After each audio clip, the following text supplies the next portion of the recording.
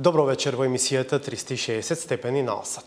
Нови разговори меѓу шефовите на македонската и на грчката дипломатија се случија вчера и денеска во Софија за време на неформалниот состанок на министрите за надворешни работи на ЕУ со колегите од Западен Балкан. Никола Димитров и Никос Кодзијас имаа неколкуминутен неформален разговор пред камерите, додека другите министри фаќаа позиции за заедничка фотографија. И двајцата се видливо расположени и релаксирани. Сепак Димитров во интервју за бугарската телевизија Нова признава дека процесот не оди лесно и дека се очигледни разликите меѓу двете страни. Мислам дека споделуваме една работа, а тоа е сакаме да решиме проблем, што е добра стартна позиција. Имаме и разлики, се разбира како тој проблем треба да се реши. Но наспроти овој став на Димитров, неговиот грчки колега повторно во детали јавно зборуваше за спорот во интервју за грчката телевизија Алфа. Кодзијас вели дека има разлики за тоа дали новото сложено име треба да се преведува на други јазици или да биде во, како што преферира тој, словенска варијанта. Но на интересен е делот од интервјуто во кој Кодзијас им испраќа порака на политичките ривали во Грција. Цитирам: "Оние што сакаат уставот да се смени сега и тука, знаат дека тоа нема да се случи. И тоа се тие што не сакаат договор. Но несогласувањето со северниот сосед ќе значи продолжување на проблемот. Тоа ќе значи дека во регионот ќе имаме постојан извор на нестабилност, поради што Турција ќе се обидува да интервенира." Заев беше во Турција, како што знаете, војската на северниот сосед е обучувана од Турција. Сметам дека е добро да ги развиеме нашите односи за тие работи да се одвиваат во добра соработка. Завршен цитат. За преговорите за името и се што е поврзано со нив, низ регионална, но и домашна призма, вечерва ќе разговараме со аналитичарите Саша Ордановски и Сефер Тахири. Кон крај е и новата саботажа. Останете со нас, дебатата е по кратка пауза.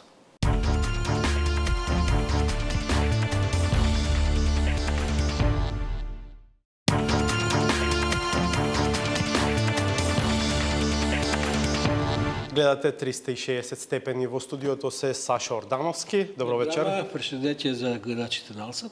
Благодарам што сте со нас. И Сефер Тахири. Добро вечер. Така, мој колега. Благодарам и за вас што ја прифативте поканата. Од Софија денеска стигнуваат оптимистички пораки, што е продолжение на серијата оптимистички пораки, дека Македонија оди во посакувана насока и дека е возможно во јуни дури да добие датум за почеток на преговори. Такви се изјавата на Хан, Могерини, Захариева. Ордановски, колку оваа генерална атмосфера е навистина базирана на еден реализам? Прво, не сум сигурен дека ние ја знаеме точно реалната атмосфера. Мислам дека во Европската Унија има големи и мали несогласувања со стратегијата што се усвои. Има земји кои што не се согласуваат ниту со пропишаните датуми таму, ниту со списокот на земји со кои треба да се преговара, така што тоа не се беззначајни разлики и се работи за 5-6 земји кои што пружаат отпори. Ова се уште, да кажем, дебати на министерски, амбасадорски ниво и така натаму, ќе следуваат дебатите на премиерски ниво, но овој документ што го понуди Европската комисија, зад кој мислам дека инаку стои добра политика, не сум сигурен како ќе помине и до каде ќе отиде. Ајде, веднаш да ве прашам. Сакате да кажете дека дури Македонија да го затвори спорот за името, ќе има земји кои што ќе имаат резерва во јуни да кренат рака за почеток на преговори. Кои се тие земји? Би ве излажал да ви кажам дека така ќе биде, но знам дека земји кои што имаат резерви се земји како Холандија, Но тоа е континуитет. Кај Холандија владењето на правото, човековите права се континуитет. Да, но не е само тоа. Прашањето на проширување е проблем. Имаат притисок од своите гласачи таму и во различни земји, неколку се, не е само Холандија, каде што се уште не е дојдено до комплетна согласност околу целите работи. Второ, мислам дека Европската Унија за прв пат почнува да се занимава со реалните работи, реалните околности кои што се променети и во европски и во воневропски контекст. И јас мислам дека нашето затворање евентуално на спорот со името е успех кој нема да биде само за Грција и за Македонија важен, туку ќе биде за Европската Унија важен. И ќе гледате, они веќе почнуваат отворено да говорат дека се ова годините во кои што ќе се решава каде ќе оди Балканот. Ќе оди со Русија, со Турција, со Кина или со Европска Унија. Американците имаат една константа во политиката која што отприлike се движи така како што се движи. Факт е дека се настанати разни пореметувања од познати причини, Трамп и така натаму. И Европската унија е сега на една ивица, кога треба да се справи со многу сериозни проблеми кои што ќе ја одредат еднината за понатаму. Во криза е со либералниот концепт на разбирањето за Европската унија, а тоа е основата за Европската унија. Значи, ова, како да ви кажем, ова предавање на суверенитетот за повисоки цели на координација на континентот е во суштина либерален концепт. Тоа е сегдека во светот во криза. И го имат Брекзит како огромен проблем, кој што е една авантура кој се уште никој не знае точно како ќе заврши. Јасно им е дека статус-квото на Балканот е променето и мораат нешто да прават. И некои навистина ќе надојдат други сили. Фатени се во големи проблеми со Русија, бидејќи Русија покажува агресија која што одамна не ја покажувала, свесни се овие за тоа, и така натаму. Нивната улога во целиот Медитеран, нивната улога кон Блискиот исток, се до Сирија, прашањето со бегалците и мигрантите се уште актуелно. Значи, ова се аргументи за и аргументи на страната на воздржаноста околу Јас лично мислам дека на крајот таму ќе превладее една сериозност и една длабина во одлуките, но не сме се уште таму стигнати. Затоа сакам да предупредам дека мислам дека ние треба да си ја завршиме нашата работа и мислам дека тоа во крајна линија го правиме добро. Но самата Европска унија се уште не е стигната до точката во која што ќе се види дека има полни едра во оваа политика која е репрезентирана во стратегијата. Тахири, што е вашето чувство и вашата анализа? Дали е ова сепак само еден список на желби, па се креира еден меур кој што во еден момент може да експлодира и од него да не остане ништо? Mendoj se Maqedonia gjendet në një fazë shumë të rëndësishme, domethënë sa i përket çështjes së integrimeve dhe qëndrojnë argumentet të cilat i përmendi kolegu Ordanovski në kuptimin gjeopolitik, të gjitha aspektet dhe dimenzionet e zhvillimeve më të fundit sa i përket raporteve të Bashkimit Evropian me Shtetet e Bashkuara të Amerikës dhe me Rusin. Megjithatë, unë konsideroj që vendi dhe Ballkani kanë probleme të cilat duhet t'i tejkalojnë. Para së gjithash, ne jemi vendosur edhe në strategjinë e fundit të integrimit në Bashkimin Evropian në një grup me Shqipëri. Jo rastësisht për shkak se gjithë këto vite Republika e Shqipërisë pra dhe Republika e Maqedonisë ballafaqohen me një krim të përmasave të mëdha. Dhe ky krim nuk është vetëm individual i disa përfaqësuesve politik, por është institucional dhe është krim i organizuar. Dhe mendoj se topi është në Maqedoni, varet pra procesi i integrimit se sa ne do t'jemi më përshpejtues, sepse ne shohim nga prizmi që thatë në fillim i analizës vendore që ka një energji tek qeveria e Maqedonisë, tek kryeministri, tek ministrat, dhe kjo është pa diskutueshme. Megjithatë, ne jemi tani në fazën kur duhet të shohim rezultatet konkrete. Normalisht që procesi i reformimit nuk ndodh brenda disa ditëve, megjithatë ne po shohim që parlamenti është i bllokuar nga opozita, megjithatë duhet të bëhen përpjekje më të mëdha që reformat institucionale për shembull të realizohen me një dinamik më të përshpejtuar. Çfarë do të thotë kjo? Që ne nuk duhet të lejojmë më në gjykata dhe në Këshillin Gjyqësor Republikan të vendosin njerëz të cilët e kanë shkatruar gjyqësinë. Nuk duhet të lejojmë në të ardhmen dhe kjo fatkeqësisht nuk po ndodh me shpejtësinë e dëshiruar që të miratohet ligji dhe të ketë rregulla të reja sa i përket përgjimeve, reformave tjera në administratë kështu më radhë. Овде има интересен абсурд. Например, дел од овие промени, меѓу другото, не се случуваат и поради воздржаноста на Брисел. Например, Брисел смета дека политичко интервенирање сега преку кадровска промена, например, на составот на судскиот совет е лошо решение. Што не затвора во еден магичен круг од кој навистина е тешко да се види како може да се излезе. Unë mendoj që ne kemi pozicion si shtet, pra pozicion të qartë që jemi të përcaktuar për reformimin e sistemit. ndryshimi i Këshillit Gjyqësor Republikan nuk duhet të ndodhë me intervenimin e drejt për drejt të pushtetit. Megjithatë, duhet të arrihet një marrëveshje politike që ne të kemi një organ i cili do të jetë i reformuar dhe në të nuk do të marrin pjesë njerëz të cilët janë të kontestueshëm për nga aspekti i punës së tyre, sepse ne pam edhe në mbledhjen e djeshme se si sillen disa prej tyre.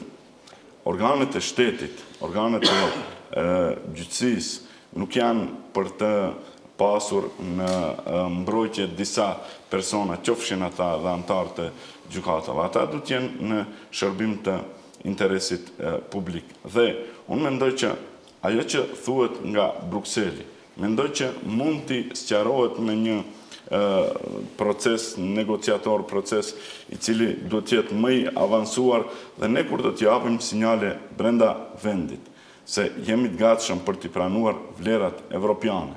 Midis tjerash, siç thash, për reformimin e administratës.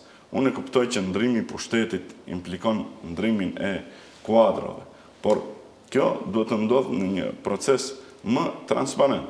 Për shembull, vetëm dy shembuj po jap që ditëve të fundit janë shumë interesante dhe tentoj që ta sqaroj përmes këtyre shembujve gatishmërinë tonë si shtet, si shoqëri, si politikbërje, se sa ne jemi të gatshëm për t'i pranuar vlerat evropiane. Kemi emërimin e 3 drejtorëve të klinikave në qendrën e klinikave, pra klinikave të posaçme, që ndodh me nënshkrimin apo me vendimin e ministrit të shëndetësisë. Legalisht kjo mund të qëndroj. Megjithatë, për të treguar se ky pushtet nuk është si ai i mëparshmi totalitar, i cili vendoste në mënyrë arbitrare njerëzit në pozicione të caktuara, duhet të kishte për shembull një konkurs, qoftë edhe ai po të ishte edhe jo formal, në kuptimin që çin sa ka kandidat tjerë për postet drejtuese. Ose për shembull angazhimi, sepse ka ditëve të fundit shumë debat në opinionin publik, angazhimi i njerëzve në pozicionet kyçe. Dhe midis tjerash bëhet fjalë edhe për një kolege tonën, nuk është debati mbi atë personalisht. Debati është mbi konceptin e politikbërjes dhe mbi konceptin e ndërtimit të institucioneve. Për shembull, pse të mos ketë konkurse publike në cilat do të konkurrojnë njerëzit dhe të mos ndodh emërimi apo përcaktimi i qoftë edhe ata këshilltar nga lart poshtë. Dhe kur ne shohim krejt rastësisht njerëz të cilët kanë një biografi të caktuar profesionale, nuk po hyjnë në analizën e kësaj biografie dhe i shohim drejt për drejt në fotografi. Pra ky proces duhet të jetë më transparent, duhet të jetë pushteti, sepse nuk ka mekanizëm tjetër, ndoshta ky nuk është mekanizmi më i mirë, megjithatë pushteti ai është i cili duhet të përcaktoj linjat. Ne do të mbetemi një vend ballkanik me probleme të mëdha, siç e kam thënë edhe në një debat tjetër ku ne do të merremi njëri me tjetrin, apo do të jemi të hapur ndaj këtyre vlerave evropiane. Përderisa ne nuk e bëjmë këtë, nuk mund të presim që për shembull Holanda, Gjermania të na mbështesin dhe të na pranojnë si një vend me kapacitete të dyshimta. Ордановски, вие във вашите редовни колумни сте критичен и со резерва и кон темпото и кон квалитетот на промените кои што се очекуваа. Јас, да ви кажем право, најмногу сум критичен кон тоа што не гледаме еден јасен концепт за тоа што сака да прави. Ова сега веќе можеме да и наречеме слаба, да ја квалификуваме како слаба влада. Таму има и добри министерски решенија, има лоши министерски решенија. Заев влезе во коалиција со ДУИ заради математичките прилики во парламентот. Прифати ДУИ да се однесува како светот ништо да не се променил. Сега е жртва на тие политики, бидејќи ДУИ навистина се однесува како да е продолжение на 2012 година, например. Од друга страна, во самото СДСМ се гледаат проблематични кадровски решенија. Се гледа, знаете како, се гледа немање, па би рекол дури ни визија во некои од клучните ресори за тоа каде треба да се движи приказната. Тоа потоа предизвикува еден општ притисок кој што доаѓа од надвор, бидејќи власта се промени во Македонија како резултат на едни нерегуларни околности. Не беа тоа баш обични избори. И сега, кога имате една мала револуција која резултира со промена на власта, потоа доаѓа време кога револуционериве сега почнуваат, особено преку фейсбуци и твитери, да диктираат темпа и кадровски политики и така натаму, па дури до советнички места за проекти, како да ви кажам, дури и тоа се рецитираат суми, се рецитираат сметки од ручеци и така натаму, бидејќи сето тоа беше карактеристично за претходно со онаја високо корумпирана недемократска власт. Сакам да кажам, не се гледа една кохерентна политика, не се гледа една иницијатива, дури не се гледа, како да ви кажам, ова не е caretaking government. Значи, ова не е business as usual, не е обична работа во која што само треба да се промине владата и се продолжи. Јас Сабајлево пишав, вчера пишав, знаете како, на Скопје не му треба нов Коце Трајановски. Да ви кажам право, вие не можете да го надбидете Коце Трајановски. Човекот беше апсолутно шампион во, како да ви кажам, во метри на тротоари и правење шахти. Нас ни треба во сите области нов исчекор. Дури негде кај контроверзен исчекор. Не ни треба нас едноставно продолжување каде што се застанало. Така, ако продолжиме кај што се застанало, овие претходни беа и подобри, бар беа поиграни, бидејќи не беа демократи, беа поефикасни, и беа побрзи во се. Сакам да кажам, значи, тешка е оваа комбинација која им стои на масата на новиве министри и на Заев. Таа подразбира дека јавноста е гладна, нестрплива, сака да, видите, јавно дело јавност сака и крв да види. Затоа што се поминати многу години на мак. Не во буквална смисла. Не, се разбира, не во буквална смисла, но во смисла политичка, значи да има жртви во процесот, да има луѓе кои што ќе одговараат за тоа што го правеле. Во таа смисла сака крв да види. И тоа пак ствара притисок кој овие се уплашени за, како да кажам, за подпишување дневница. Па не може така да функционираат големи системи ако сте вие уплашени дали возилото што ќе се купи ќе биде Шкода Фабија или Шкода Октавија.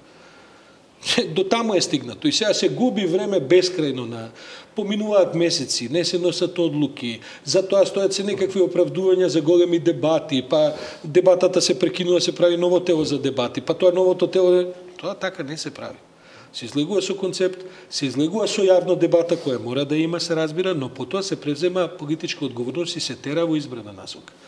Затоа што ако очекувате вие дека целата јавност ќе ви се согласи за секој именување, ако очекувате дека зад вас ќе останат само рози и мед и млеко, нема. Секако ќе бидете предмет на критика.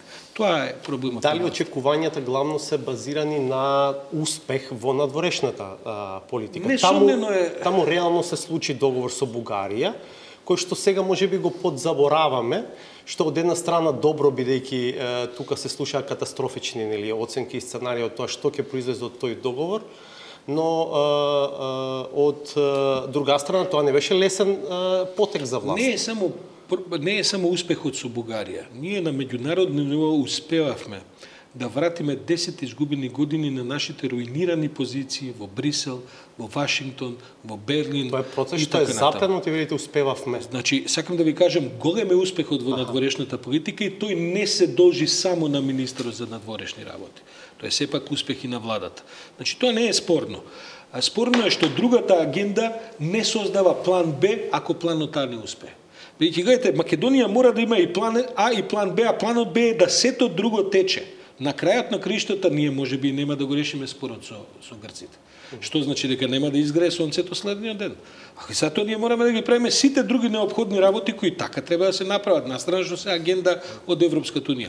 Македонија не е подготвена во овој момент. Речи си во ни една област сериозно да може да каже дека сме подготвени за. Но да ве цитирам, бидејќи редовно ве читам, рековте и во Сирија изгрева сонцето, но прашање колку ги грее.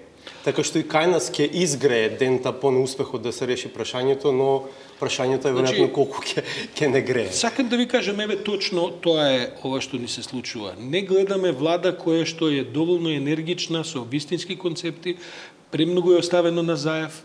Заев да е супермен, а не е. Не би можел да истера целата агенда на владата. Таму се чека, не се носат и, како да ви кажам, не се носат и обични решенија и потоа следува тоа за што говореше и колегата Сефер.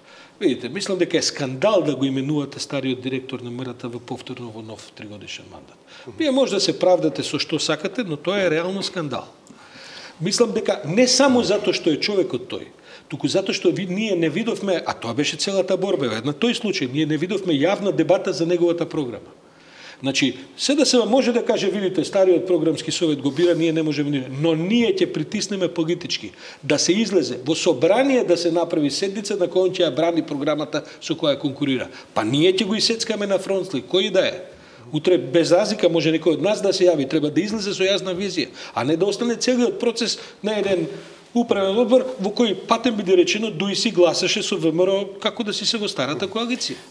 Сефер, можно ли е ова што Ордановски го зборува и дали е можен навистина успех и трансформација на натрешен план без успех на надворешен план? Мен дојсек политика Македонија дуhet këtë резулtate edhe politika në jashtme hapat të cilat janë ndërmarrë në bashkëpunimin rajonal janë të mirëseardhura, sepse Maqedonia ka qenë një shtet i izoluar, midis tjerash ka qenë izoluar edhe në raport me Kosovën dhe Shqipërinë, nuk ka pasur raporte të mira nga qeveria e kaluar dhe kjo për faktin e kompozicionit ndëretnik të vendit është mendoj se një plus shumë i madh, është gjë pozitive që ndodh. Pra qeveria shprehet e hapur për bashkëpunim me të gjithë fqinjtë sepse nuk ka rrugë tjetër për të arritur në familjen e madhe evropiane. Megjithatë, unë konsideroj që përqendrimi i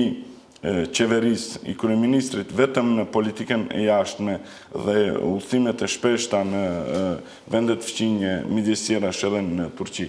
Shihni, Turqia është faktor shumë i rëndësishëm edhe rajonal, edhe evropian e kështu me radhë. Megjithatë, nuk e shoh si të domosdoshme për momentin që të krijojmë ne edhe raporte shumë të mira edhe me Turqinë, sepse Maqedonia është shtet i vogël. Kapacitetet institucionale, politika e jashtme, diplomacia nuk ka aq kapacitetet që të luftojnë në të gjitha frontet, edhe me fqinjtë, edhe me Bashkimin Evropian, edhe me NATO-n, edhe me Turqinë, sepse kjo është gati e pamundur.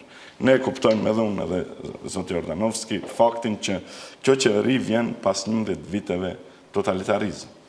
Dhe i kuptojmë edhe rrethanat, e kuptojmë edhe strukturën kuadrovike të njerëzve të cilët janë në administratë, sepse ata janë aty. Por është, mendoj se jo politike dhe jo e argumentuar sa duhet të thuhet që nuk do të shkoj askush nga administrata. Qeveria e cila tenton të jetë e përgjithshme duhet thotë këtë, që do të largohen nga administrata të gjithë ata që nuk i plotësojnë kriteret profesionale për të punuar, sepse ndryshe nuk ka kuptim që funksionojë sistemi me njerëz të cilët nuk mund ta bartin barën e tyre midis tjerash edhe për procesin e integrimit, sepse ja, një shembull konkret ne kemi. Sa komunat ose sa institucionet vjelin fonde nga programi IPA, pikërisht për shkak të mos përgatitjes profesionale të njerëzve. Unë konsideroj që të gjitha vetëm duhet të ndërlidhem me këtë sepse ne të dytë kemi punuar bashkë në Radio Televizion në Maqedonisë. Nuk ishte i emëruar, znači ne беше именуван директор. Директорът, значи си остана от старият програмски совет. Но, от друга страна, законите за медиумите не трябваше да се остават до сега, за да ние се чудиме попладнево да ни стигне вест за изборът на Маријан Цветковски и неговият колега заменик директор, кој што ми беше имене колега господинот Харун Ибраим. Значи, ова е недозволивото. Значи, што се остава законите до моментот. Еве да речеме дека законите немале прилика, процесе, процедура, бойкот и така натаму. Владеачката структура има да го натера раководството на програмскиот совет и новиот директорство да излезат. Ќе ги викне у собрание на јавна седница на надлежна комисија. Да ги бранат програмите. Имаме извештајот за МРТ не е усвоен. Сакам да ви кажам сега, како ќе направи жесток политички притисок. Тие ќе викаат ова е терор, владата се меша. Не, ќе ги извадат на јавна сцена. Тоа е политика на една влада. Морам да ве прекинам. Да. Ова е долга дебата. Можеме после реклами. Да, ќе разговараме. Реклами.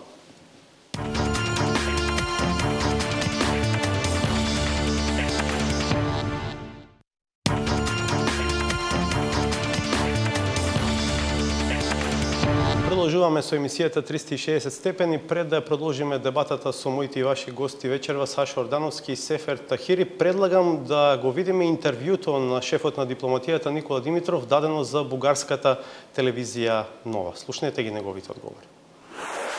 Господин Димитров, добре дошли в София. Добре ве нашел. Много напрегната седмица за вас. Активни разговори с гръцкия ви колега Никос Коцияс. Може би в кръга на шегата прекарвате повече време с него, отколкото с семейството си напоследък. Да. Со министерот Коцияс, со Никос, веројатно се гледам најмногу од сите министри, што е логично, бидејќи таму имаме најголемо прашање и на некој начин зближувањето и стекнувањето лична доверба помага и е влог и во довербата меѓу двете држави. Вие с министър Коцияс споделяте почти едно и също малко име, лично име. Никос и Никола. Имаше една таква шега дека имаме исто име, меѓутоа немаме проблем со тоа. Мислам дека споделуваме една работа, а тоа е сакаме да решиме проблем, што е добра стартна позиција. Имаме и разлики, се разбира како тој проблем треба да се реши. Повече прилики или повече разлики има в разговора ви с гръцката страна? Не е лесно за прашање што толку долго време е проблем. Тоа е натапкано и стврднато. И ние сега треба да го разлабавиме, да го отвориме. Многу е полесно да се рушат мостови, отколку да се градат мостови. Ние многу сме оптеретени со историја, ние сме многу горди народи, сите, мислам на Балканот, и важно е да покажеме на остатокот од Европа дека и тука на Балканот можеме да се однесуваме европски. Ние имаме битка меѓу силите на еднината и силите на минатото. Гръцките и македонските медии писаха за 5 варианта, предложени на вас от специалния представител на ООН, господин Матио Нимиц. Има ли някой от тези варианти, около който е съгласно и Скопие, и Атина да се преговаря конкретно? Нимиц, медиаторот, тој тоа го нарече сет на идеи и ги представи во многу флексибилна рамка, посочи дека и други одредници или прецизирања на името Македонија се разбира доаѓаат предвид доколку двете страни се најдат на некоја од тие. Имате ли си личен фаворит от онези предложения? Па имам критериуми и цели. Не сум многу фиксиран на нешто конкретно. Сакам мојот народ да биде со исправена глава, што се поздравиме и си пружиме рака околу решението. Премиерът господин Заев намекна, че географско обозначение би могло да бъде включено в името. Тој кажа, ние можеме да размислуваме за географска одредница и тука ќе ставам точка. И после таа точка има определени прашања што треба да бидат сретнати и исполнети, за да може да се отвори таа спремност. А и географска одредница е еден широк поим. Широко понятие. Не казвате много. Колку повеќе кажуваме позиции во јавност, толку се помали шансите во процесот. Деликатен въпрос. Деликатен. Ние не знам дали имате вие слична традиција. Во Македонија имаме традиција на филигран. На многу прецизно и со големо трпение изработка на накит од сребро. И ова е малку еден процес што наликува на тој процес на филигран. Треба многу деликатно, бидејќи се прашањата многу тешки. Ако се оддалечиме премногу од јавното мислење, ќе се скрши процесот. И затоа мора покрај разговор со другата страна, во нашиот случај со Грција, постојано да внимаваме и да објаснуваме и дома во нашата јавност зошто ова се случува. Разбират ли ви хората од дома, когато се опитвате да им кажете това? Па ние излеговме од еден тежок период на политичка криза и нашето општество созреа во известна мера. И мислам дека сме со поголема самодоверба и не сме така несигурни во себе, па да не треба да имаме потреба да бараме корени 2000 години наназад. Колку сме по-несигурни во себе, толку подалеку сакаме да најдеме корени. Историски, културни и така натаму. Тој национализам беше злоупотребен и затоа во моментов национализмот е слаб. Во Македонија и се обидуваме да го замениме со тоа што го нарекуваме визионерски патриотизам. Каде сакаме да си ја имаме земјата за 10 години, за 15 години. И затоа сме многу благодарни на вашето председателство, на бугарското председателство, што во тешка ситуација за Европа и со Брекзит, и со мигрантската криза. Бугарското претседателство успеа да го постави Западниот Балкан повторно на агендата и Македонија, за нас е многу важно Македонија да го фати тој воз. Многу долго чекаме на станицата. Важно е и за нас, важно е и за стабилноста во регионот да се качиме, да го направиме тој чекор. И затоа веднаш тргнавме во однос на нашата надворешна политика да правиме пријателства и да решаваме проблеми. 27 години продължава този спор. Имате ли чувството, че ролята ви е историческа? Мојата професионална судбина е испреплетена со ова прашање. Јас бев преговарач од 2003 до 2008. Сега исто така многу директно одговорен, не само јас, се разбира и владата. Имам чувство на голема одговорност, што го надминува моето значење, сигурно мојата кариера. И јас сум кажал јавно дека ќе застарам за решение што мислам дека е достоинствено, без разлика на мојата политичка кариера. Исто така нема да можам да прифатам решение што мислам дека не е достоинствено, исто така без разлика на мојата политичка кариера. Мислам дека прашањето по својата природа е толку крупно што е поголемо од политиката и од политичката гарнитура и од тој тип на калкулации. Готов сте да пожертвате политическата си кариера в името на нещо, в което вярвате? Па мислам дека само така има смисла, искрено, политиката. Ако има чувство дека се има важна мисија, тогаш политиката има вистина смисла. Ако целта е да се држи фотелјата, тогаш не сум сигурен колку има смисла оваа професија. Кога ще видим финала на тази история?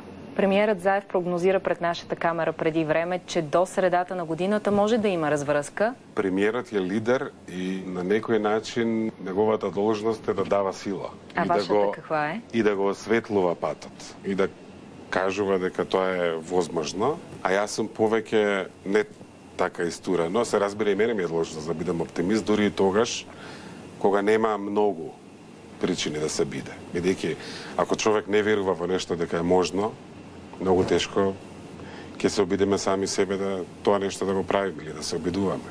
Оптимист. Така што вербата е важна, меѓутоа исто така и реалноста е важна, дека ова е тешко прашање, дека разлики има и наше да со ваква верба да се обидуваме да ги решаваме. Два соседи не може да одат напред ако едниот е поразен, мора двата да бидат победници. Ова беше Димитров за Бугарска нова. Во студиото и понатаму се Саша Ордановски и Сефер Тахири.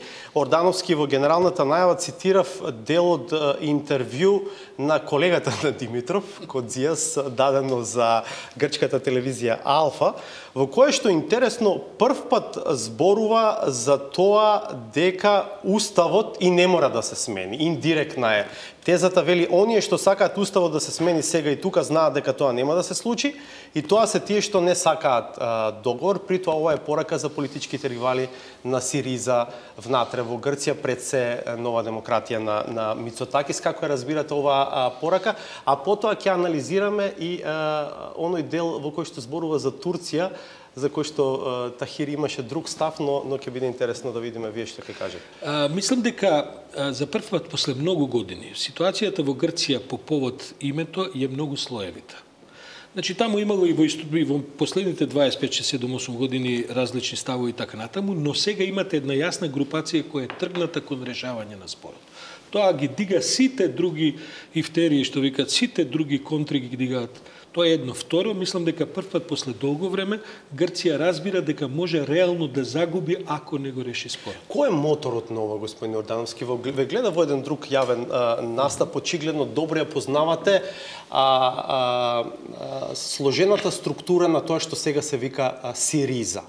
Тоа не е хомоген ентитет, да. Напротив. И кој е моторот на барањето решение во овој спор? Прво морам да ви кажам дека моторот е сепак анализата што имат направена и која им е објаснета. Бидејќи овој спор сега е дојден во една фаза кога веќе елаборацијата на нерешавањето на проблемот носи последици за Грција. И мислам дека грците се доволно капацитетни таа анализа да имаат. И второ, таа анализа не е изолирана само во однос на нивниот сосед Македонија. Грција има една комплексна позиција, која што заради случувањата геополитички во регионот и глобално, не ја истура на многу сензитивно ниво. Велите после ќе говориме за Турција. Добро. Имате... Дали Кодзија се тој што го комплицира процесот, а Ципрас е тој што се обидува да го поедностави и да продолжи да го води кон решение? Се работи за едно високо идеологизирани луѓе. Знаете како, кога го гледате Кодзијас, кога му ја гледате биографијата, тоа се, јас на една друга емисија се пошегував, такви ние сме гледале во Србија. Тоа се комунисти-националисти. Тоа се националисти кои не веруваат во Бога, затоа не се конзервативци. Со долга историјат на шизми во самите левичарски движења, со кавги, он е иначе учествува во владата на Сириза како дел од фракција, со длабоки идеолошки ставови кои се комунистички, социјалистички, левичарски, така натаму. Во Грција ви имате автентични анархисти, фашисти, комунисти, автентични, не се како овие наши крипто у секоја форма и така натаму. Значи, тоа е една слоевитост. Втора, човекот е реално, кој ќе му видите кариерата, кој ќе му видите експертизата, он иначе е експерт за БРИКС земјите, значи Бразил, Русија, Индија и така натаму. И он е во суштина антизападен. Меѓутоа, тоа е еден грчки тип на антизападност. Ем да ја цицаме Европската унија, ем да бидеме против неа. Класика, мислам, како да ви кажам. Второ, никако не смеат да се подценат руските влијанија во Грција. И тие влијанија руски во Грција не се само во левицата. Дури би рекол дека се можеби повеќе во десницата, кај конзервативците, бидејќи се тоа секогаш корумпирани бизнис влијанија. Например, еден од главните финансиери, велат и поддржувачи на овие демонстрации во Солуни и во Атина, е добро познат човек, еден од најбогатите руси, кој што има кипарско потекло, кој што е грк од Кипар. Собственик на етнос. Собственик на многу работи, кој што 2 мандати беше во Дума, кој што живее во Солун, кој е член на партијата на Путин во високите раководства. И сега ние не можеме да се правиме, како да кажем, наивни. Има телевизиски станици, има имоти, хотели, сега купи Електропалас и така натаму. Што е со Ципрас? Видите, јас мислам дека Ципрас е можеби првиот грчки премиер кој што искрено се труди да влезе во решавање на проблемот, не само преку тоа гледајќи собствена корист. Кај него има една идеолошка, би рекол, една матрица за која е спремен да плати и политичка цена. Затоа што мислам дека тој ја гледа ситуацијата како би се развивала по Грција доколку не се реши проблемот. Ова е сепак проценка од надвор. Морате да разберете, јас не седам до Ципрас, не го знам човекот ни лично. Но до ова што го гледам, тоа е од оние, како да кажам, малку поеманципирани, помодерни политичари кои се спремни да платат цена за своите одлуки. Да, има ли калкулации од типот на обид да се приберат поголеми симпатии од Германија во однос на овие меморандуми кои што ги има Грција и мерките за штедење. Некој спомнува ЕСАП во кој што тој би добил шанса сепак на есен да ги зголеми пензиите како некаков влез во предизборието. Искрено ви кажам, решавањето на проблемот со Македонија во Грција во таа внатрешно политичка смисла е само ризик за нив. Значи на тоа секој премиер би губил поеми. Затоа што Грција е една од најконзервативната и најнационалистичката земја на Балканот. И тоа не е од вчера, така е таа направена. Од друга страна, имаше една теза, вика, Германија е единствената земја во Европа на кој забранија да лаже за својата историја. Затоа е Германија толку напред отиде. Пошто ние сите други лажеме за своите истории, а грците се експерти у лажење за своите истории, таму национализмот е многу длабок. И сега го имате овој Ципрас, кој што е реално еманципиран од тоа. Второ, еманципиран од влијанието на грчката црква, го третира како политички фактор, а не го третира како идеолошко вредносен фактор пред кого треба да се поклонува и така натаму. Еманципирање од овој тип на натисок на десни конзервативни бизнис кругови. А не можам да проценам какви се односите со Русија, тоа е сепак фактор земја кој што е сериозен партнер. Турција, рековте, подоцна ќе говориме. Новата улога, бидејќи видите, не заборавите, Западот ја постави границата помеѓу која ќе трае веројатно наредни децении помеѓу Европа и Азија. Таа ќе биде Грција и Бугарија.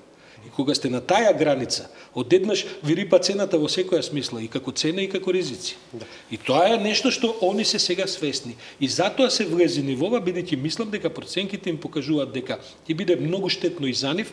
Само уште една реченица, ако ми дозволите, гледате, со средувањето од односите на Македонија и Бугарија и со овие релативно добри односи кои ги имаме ние со Албанија и традиционално, одеднаш Грција станува изолирана, не Македонија.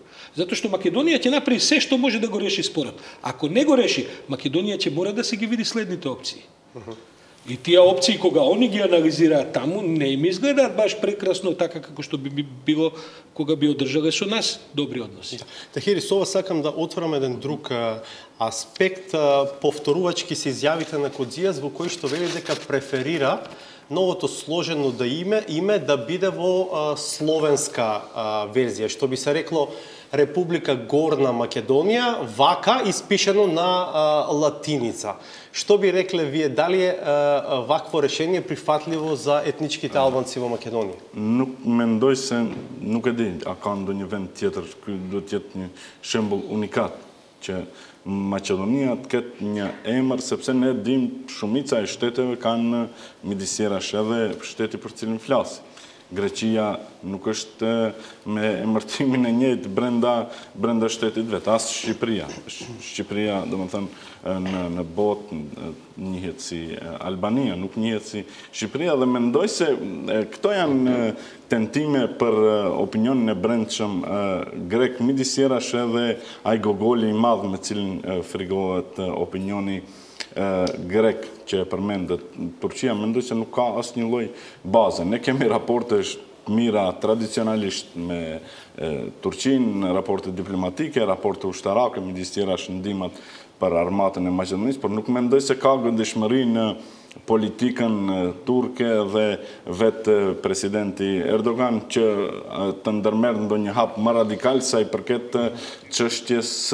Има цена за Македонија таа поблиска соработка со Турција. И тоа не е баш така како што вдека јавноста го смета дека сме во братство и така натаму. Тоа е плашило, не е ефтина таа. Тоа е плашило за тамошната грчка јавност или има некаква реална основа во тоа? Vetëm një fjali do them, gjatë komunizmit këtu zoti Jordanovski është pak më i moshuar se sa ne. Është i ri, po pak më i moshuar. Gjithmonë opinioni i brendshëm në ish Jugosllavi edhe në Maqedoni ka prodhuar një armik të brendshëm dhe të jashtëm. Ato kanë qenë shqiptarët dhe shteti shqiptar. Mendoj se në këtë funksion është ajo deklarat, por sa i përket emrit të slavizuar. Unë mendoj se edhe kam thënë edhe në një rast tjetër, që ndoshta intelektual të ndryshëm nuk e thonë për arsye se ndoshta mendojnë që nuk do të tingëlloj si populiste. Çdo zgjidhje e cila do të ishte e pranueshme për popullin Maqedonas dhe pa e prekur identitetin e popullit Maqedonas, dhe kur them identitetin Maqedonas, këtu parasysh gjithash kam parasysh gjuhën, traditën kulturore, historinë e kështu me radhë, do të ishte e pranueshme për shqiptarët nëse nuk do të kishte prapashtesën slave ose parashtresën slave, sepse një ndër to do të ishte edhe përdorimi i emrit në mënyrë të slavizuar ose në mënyrë në një gjuhë, pra në gjuhën maqedone, sepse kjo nuk ka kuptim. Unë kam folur shpesh edhe në debate tjera.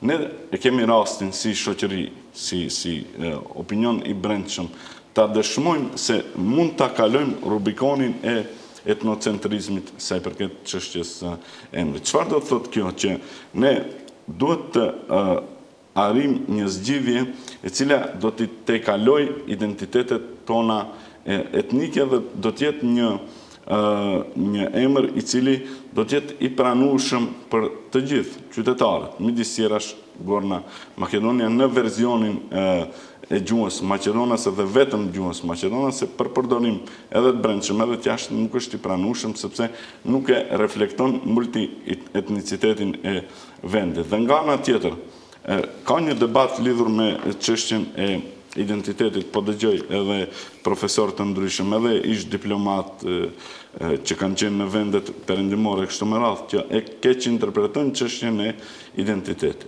Dhe për shembull kur flasin për çështjen e nacionalitetit, flasin për shtetësinë, me që nacionaliteti këtu nuk kupton kombin në aspektin etnokulturor dhe nuk flitet, mendoj, për këtë çështje, po kjo bëhet me qëllim që të mjegullohet opinioni Maqedonas dhe një pjesë tjetër flet për atë se ne jemi shtet i shumë i fuqishëm, që nuk jemi. Në fakt, Maqedonia është 2 milionë, që e dim se cilat janë kapacitetet, se ne nuk do të pranojmë ќе дикуш четврт на дикој.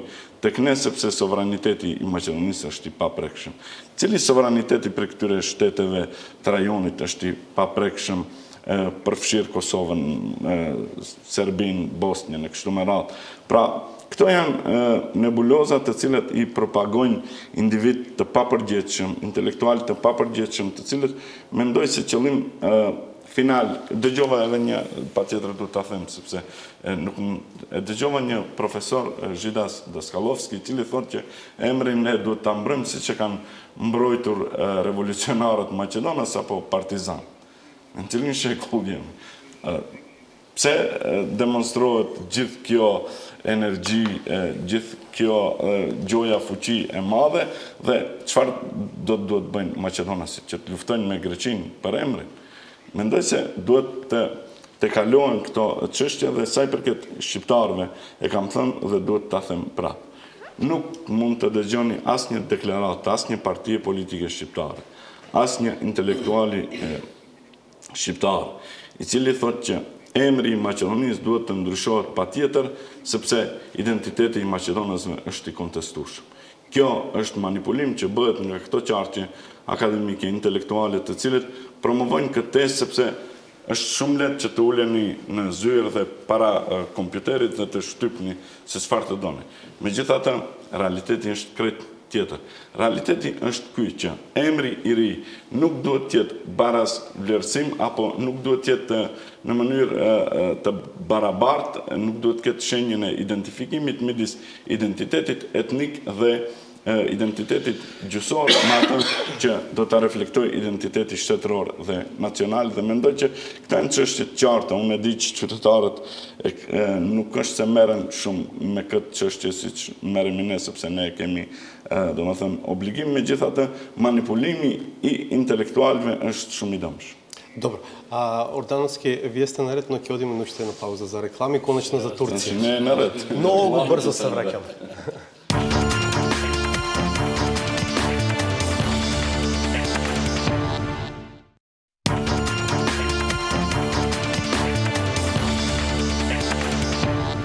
Конечно за Турција, тезата на Кодзијас во интервјуто кој што го цитираме е дека ако нема договор за името меѓу Македонија и Грција, тоа ќе отвори простор на Турција дефинитивно да стане регионален играч број 1 и да има и многу поголемо влијание и во Македонија и при тоа во тој контекст ја споменува и посетата на Заев на Турција.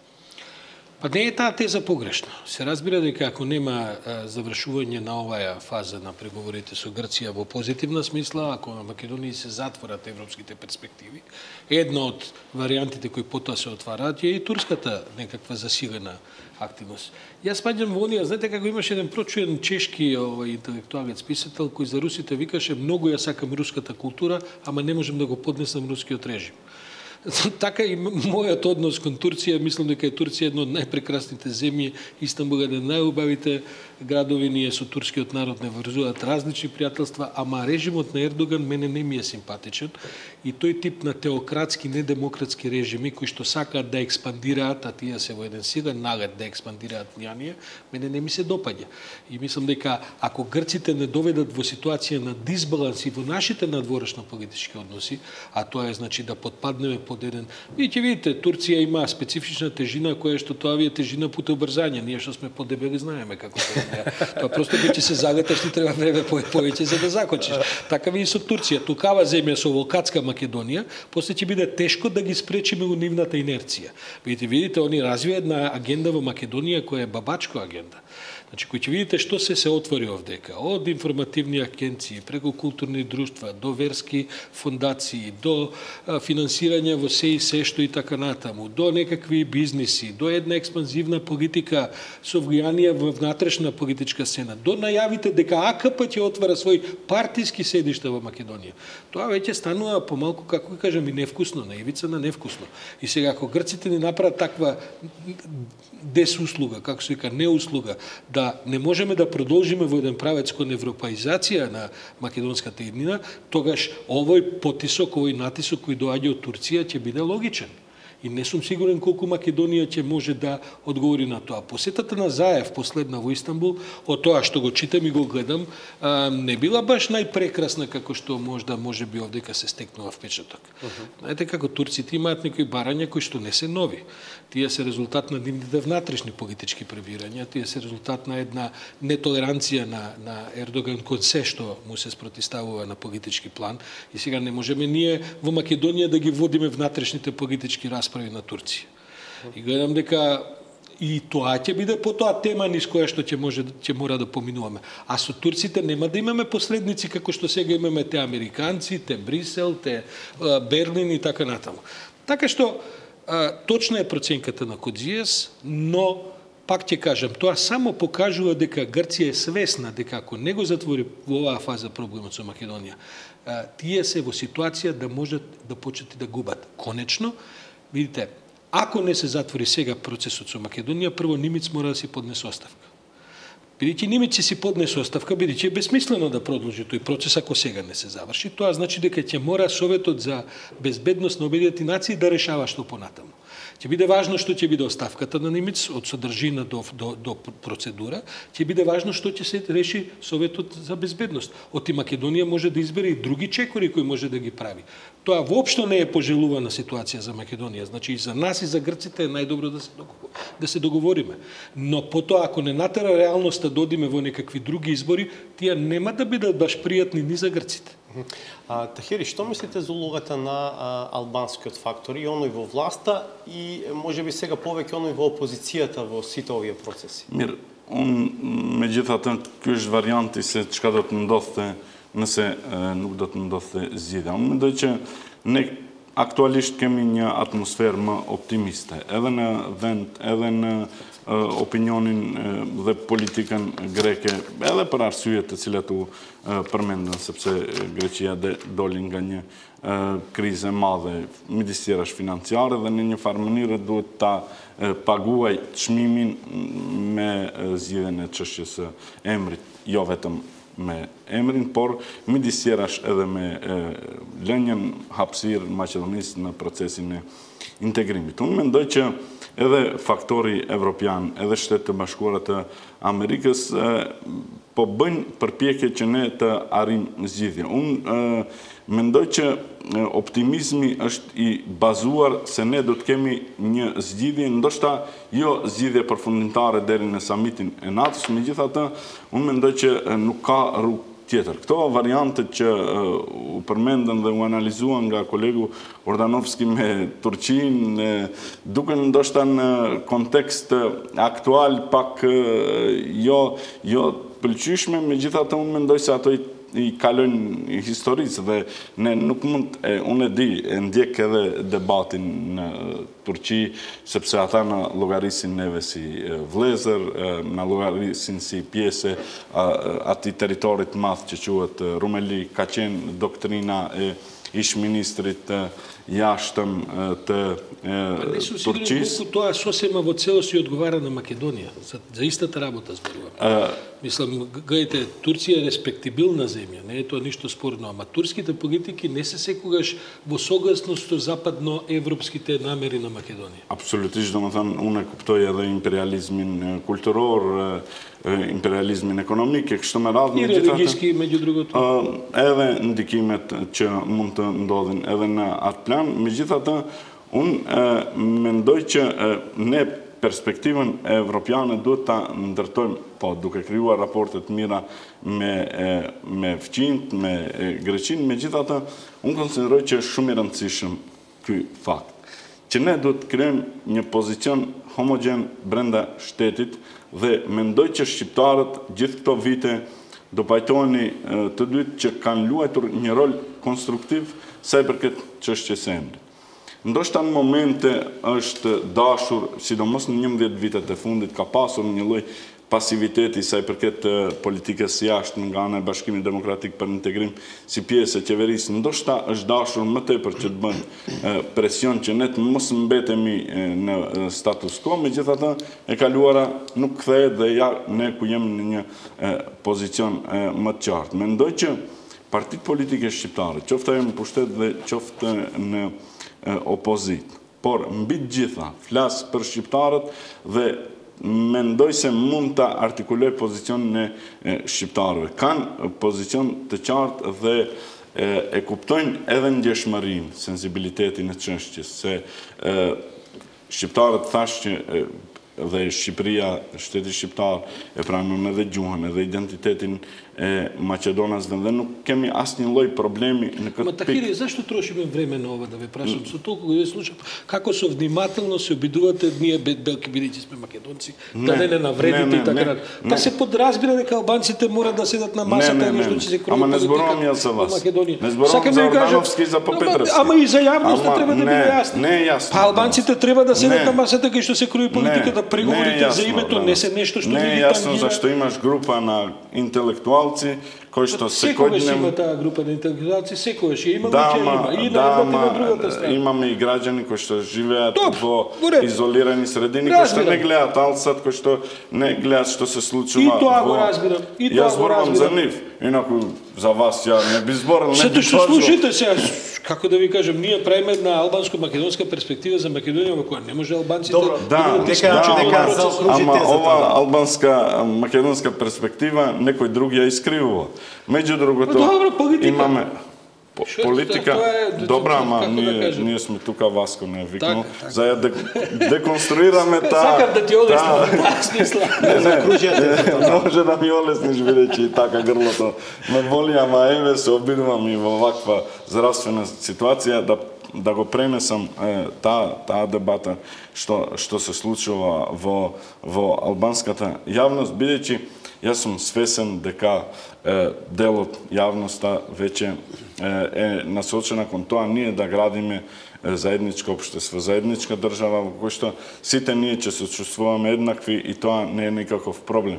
Но зборувам за една голема група на интелектуалци кои што вие велите дека ќе ги има, ама кои што не се маргинални групаци, туку кои што имаат големи влијанија во институциите, научни и така натаму, и кои што секојдневно наместо да се занимаваат да истражуваат нови модели како ние да бидеме прогресивно општество, тие ја растураа Македонија и по потпишувањето на комниот договор 2001 година и сега ако не сакаат да се вратат на тие своји анализи, тогаш што е проблем. Тие рекоа дека во 2004 година со територијалната организација ние ќе бидеме федерална држава, не сме. Но јас зборувам за обичниот етнички македонец, значи да свати дека албанците во приказната не се непријател, туку се пријателски настроени. Добро, мислам дека се разбирам. Само Ордановски... Убав е напорот, иако јас мислам дека, како да кажем, кој не сватил тоа до сега, тешко ќе му објасниме од сега натаму. А ја мислам дека најголемиот број од луѓето ја имаат сватено таа. Па еве, преку овие да се обидуваме да сватат што поголем број луѓе. Завршуваме само блиц. Ордановски не ми одговоривте, можеби јас не прашав до крај убаво. Како ја разбирате оваа теза на Кодзијас поврзана со уставот? Оние што сакаат уставот да се смени сега и тука знаат дека тоа нема да се случи. И тоа се тие што не сакаат договор. Велам, тоа е порака према внатре кон Грција, но има значење и за овде. Се разбира, значи јасно му е на Кодзијас дека процедурата за менување на уставот во секоја земја, како и во Македонија, е долга, мачна и неизвестна. Инаку јас мислам дека уставите не се, како да ви кажам, исковени во камен и дека тоа се документи кои што треба да се прилагодуваат на реалностите. Маса од устави у светот, почнувајќи од американците па кого сакате, се менуваат секогаш кога за тоа ќе се појавува потреба. Но Кодзијас се свесен дека тие што инсистираат, што инаку ја мислам дека е глупост од грчко инсистирање. Биќе знаете како, ако вие мислите дека иредентизмот ќе го сопрете со тоа што ќе смените 2 члена уставот, па ние ако сме иредентисти ќе останеме да бидеме редентисти. И тој устав нема да го спречи тоа утре да... Тоа е предмет на волја на 2/3, ако има сега, ќе има и по 8 години, да речеме, за поинакво решение. Смешна е тезата дека Македонија може да има и редентистички претенции. Видите, не само тоа, туку е малку е... Војската во Турција била малку е, како да ви кажам, тоа реално е навредливо да некој ви бара од надвор да го менуват уставот. Замислете кога ние би побарале грчкиот устав да се менува. Но добро, не се ова се асиметрични преговори, страните не се еднакво силни, ние сме во позиција да мораме да попуштаме. Се бара една рационална доза и Коджија се во право. Тие во Грција кои што инсистираат да се менува македонскиот устав, во суштина инсистираат да не се дојде до договор. Како што ние овдека имаме разноразни кои инсистираат за разни глупости само за да не се дојде до договор. Да дозволиме луѓето да одат и во кревет, да имаат пријатна ног. Благодарам што вечерва бевте дел од 360 степени до некое следно гостување. Благодарам уште еднаш. Да одгледаме уште саботажата.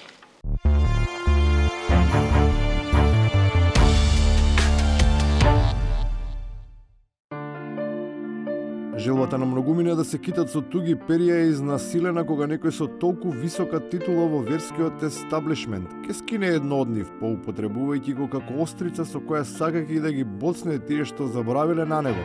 Во обид за собствена промоција, сам ке си се пофали, констатирајќи дека незаслужено се депласира неговото влијание.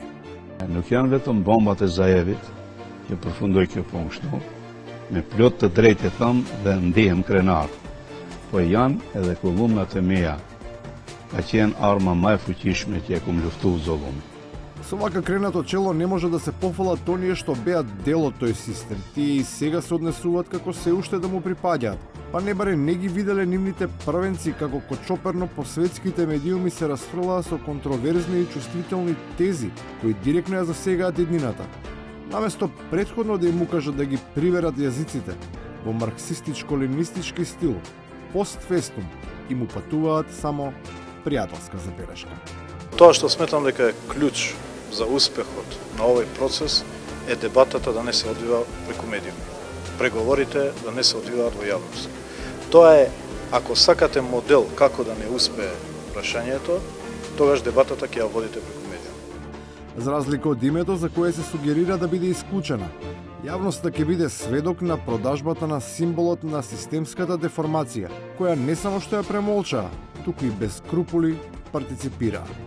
Лицитации за името не смее да има, но тоа ќе е предизвик за сите оние што го сакаат возилото, чиј прв газда смета дека се продава за цена која не одговара на вистинската. Ако се продава, вие би го купиле, евентуално по таа цена бидејќи... По таа ниска цена. Повелете се други прашања, дали имате сериозни прашања? Дали е ваш гласот на помните, дали барате месажери и телевизорчиња, или тоа да се ради на доказите? Господи, дали вие не гледате за каков политички процес станува збор тука? Какви се тие политички процеси кога ниту во 9-тиот месец власта не успева да се ослободи од бремето и да расчисти со најголемите апологети на режимот, со пропагандистите кои го кршеа ребетот на јавноста, неоправдано правдајќи се дека реизборот на стариот директор на јавниот сервис не е нивна надлежност, иако во своите раце располагаат со парламентарното мнозинство. Овој избор е одлука на програмскиот совет на МРТВ, кој се уште функционира во стариот состав. Граѓаните на Република Македонија добро знаат кој членува во тој стар состав, на кој начин работеше и под чии влијание. На бурните реакции од јавноста за потезите кои зачудуваат и револтираат се користат излитени форми на комуникација, со кој жаргонски се укажува на огромниот товар кој го носат на собствените плеки, со поценувачки однос кон секој што се обидува да укаже и да ги нотира евидентните грешки во тактиката. Лесно е да се седи на трибините. На трибините, од трибините изгледа све лесно. И кога ќе се промаши гол, и кога во делот секунда треба да се одлучи кај ќе се шутира, исто и во политиката. Кога треба да се донесе значајна одлука, многу е лесно кога се гледа од трибини. И на крајот, оние што знаат што е публика, јасно порачуваат што сака да види секој гледач. Дали сакаме да бидеме дел од светот или сакаме да останеме вукојебина? Мислам, генерално гледано се работи за тоа. И генерално и специјално. Резултат, победа, свет. Само тоа може да ја задоволи публиката. Гледавте 360 степени. Нашето следно издание е в понеделник од 22:30. Пријатно.